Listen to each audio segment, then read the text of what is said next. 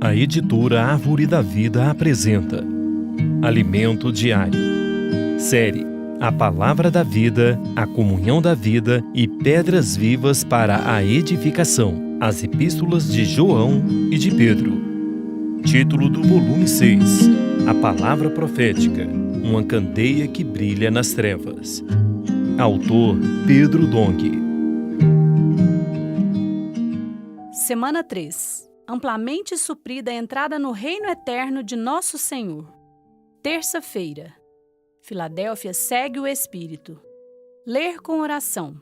O vento sopra onde quer, ouves a sua voz, mas não sabes de onde vem nem para onde vai. Assim é todo o que é nascido do Espírito.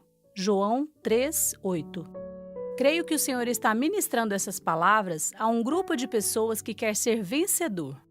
Os capítulos 2 e 3 de Apocalipse retratam os 20 séculos da história da igreja. A igreja em Éfeso, por exemplo, é uma descrição do primeiro século, ainda no tempo dos apóstolos.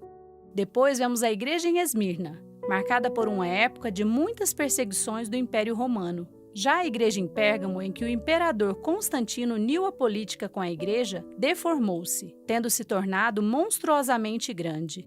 Seus líderes, além de se tornar o clero, ainda se tornaram os principais ministros do Estado, ganhando muito dinheiro e poder. Assim, a igreja perdeu sua natureza. Em seguida, veio a época da igreja em Tiatira, que levou a igreja ao fundo do poço. A palavra de Deus foi calada e o ensinamento de Jezabel prevalecia. Levou-se a toda sorte de blasfêmias e distorções. Em meio a essa situação, o Senhor iniciou a restauração da igreja por meio de Sardes. A Igreja da Reforma trouxe-nos a Bíblia aberta.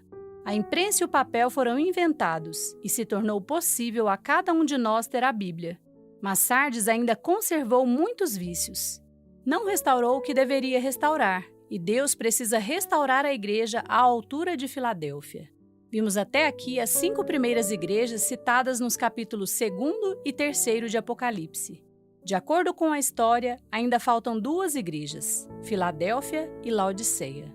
Laodiceia é aquela igreja que já se achava boa, importante, mas acabou envelhecendo. Portanto, no final dos tempos, o Senhor está procurando a igreja em Filadélfia. Nós queremos crer que o Senhor está restaurando entre nós sua realidade, isto é, que o Senhor está restaurando a realidade do amor fraternal entre nós. Desde o final do século XVIII, já havia um grupo de pessoas desejosas de sair da escravidão da hierarquia na igreja. Elas viram que o sistema de clérigos e leigos na igreja, em que alguns se especializam em servir ao Senhor e os demais são passivos, não é bíblico e prejudica o funcionamento dos membros do corpo de Cristo. Por essa razão, surgiu um grupo querendo libertar-se do sistema clerical, e os integrantes desse grupo passaram a chamar-se apenas de irmãos, considerando que pastor não é uma posição, um cargo, e sim uma função. A partir daí, aos poucos foram restabelecidas as funções dos membros do corpo de Cristo. No entanto, apesar de tal restauração prosseguir até os séculos XIX e XX, a igreja ainda não está totalmente reconstituída. Por isso, o Senhor está iniciando em nós uma nova etapa. O Espírito precisa ter liberdade para agir, porque não segue a maneira ou a lógica humanas. O Senhor precisa daqueles que não se consideram capazes, mas que com o espírito humilde e arrependido, amam e buscam sua palavra. Isaías 66:2. É desses tais que a igreja em Filadélfia é constituída. A igreja em Filadélfia é aquela que reconhece sua pouca força, porque sabe que o homem não consegue, mas Deus é capaz. O Senhor busca no homem um instrumento, um canal por meio do qual ele mesmo possa fazer sua obra. Filadélfia sabe que o homem não é apto para fazer a obra de Deus, nem sequer é capaz de conceber alguma coisa, conforme Paulo disse. Não que por nós mesmos sejamos capazes de pensar alguma coisa, como se partisse de nós. Pelo contrário, a nossa suficiência vem de Deus, o qual nos habilitou para sermos ministros de uma nova aliança, não da letra, mas do Espírito, porque a letra mata, mas o Espírito vivifica. 2 Coríntios 3, de 5-6. A obra de Deus não se origina do homem, mas sua origem é Deus. Enquanto permanecermos no ministério da letra, ainda seremos dependentes da capacidade humana. Por causa da diferença de aptidões entre as pessoas, tudo fica dependente dos mais habilitados. Um de nossos cooperadores ficou preocupado quando alguém lhe disse que, para ser um ministro de Deus, ele precisava primeiro concluir a faculdade. Como ele não pôde terminar os estudos, entristeceu-se, achando que por isso o Senhor o excluiria de seu serviço.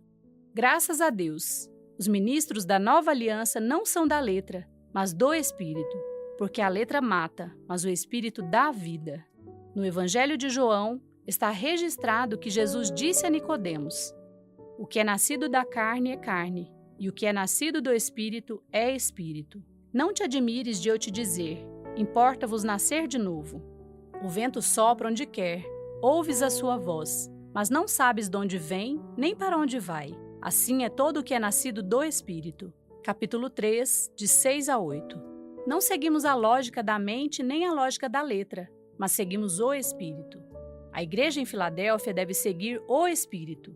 Por isso o Senhor nos chamou para ser os trabalhadores da última hora. Ele quer ter liberdade para fazer sua obra. Agora anote conforme o que você recebeu na leitura de hoje: a luz na palavra, a direção e a admoestação. Ore e faça um grito de guerra com base nesses itens para que a palavra profética seja sedimentada em seu coração. Esperamos você amanhã para mais uma leitura do Alimento Diário. Baixe e desfrute do nosso aplicativo EAD Play, disponível na Play Store e App Store.